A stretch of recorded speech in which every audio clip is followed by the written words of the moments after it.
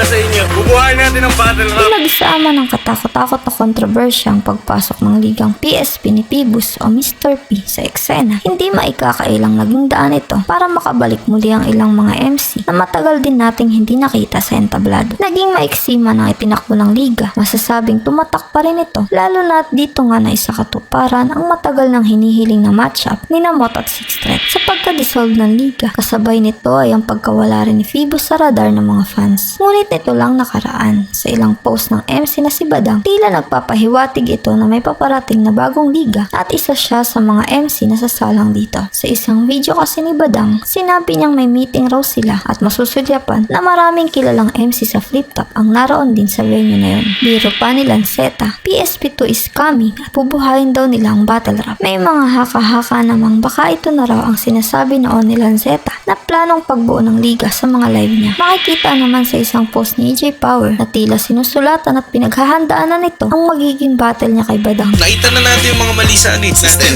Pwede tayong bumuo ng one event at iisa lang talaga. Isang laban. Siguro mga performance, pero battle rap isa lang. Tapos yung battle na yun, most request, paid full, 5 minutes. Looney versus Sak. Babayaran kita sa 500,000 pero siguraduhin mo may NBA tayo na pag ikaw bomba performance, di mo makuha yung most requested lang. Umisip ka na matchup na parang never mangyayari dapat. Kasi sa ibang bansa, meron silang parang fundraising. Anong gusto nyo? Gusto namin si ganyan, si ganto. Tapos ikaw yung magiging middleman. Okay, sige, kakausapin ko sila. Magkano yung TF mo hinihingi? Hindi kita i-lowball. Magkano yung tingin mo halaga mo? Huwag ka magtipid kahit idol mo yung alaban mo. Magkano ka? Plus may royalty ka pa. O, ito yung mga fans na masyadong gutom. Ayun, parang service sa mass. May kontrata tayo, 100%.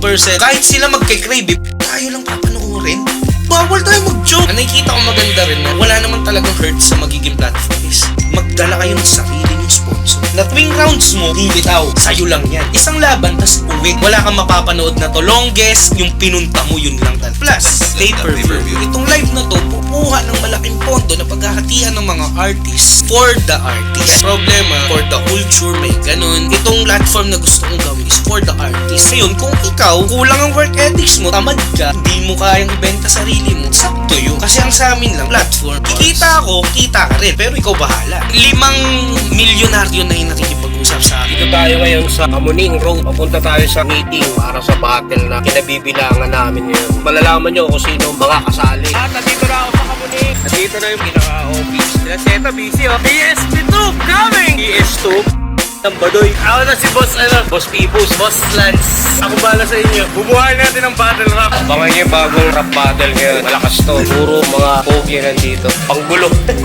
Pero hindi, naganda ako. Si Soki, oh.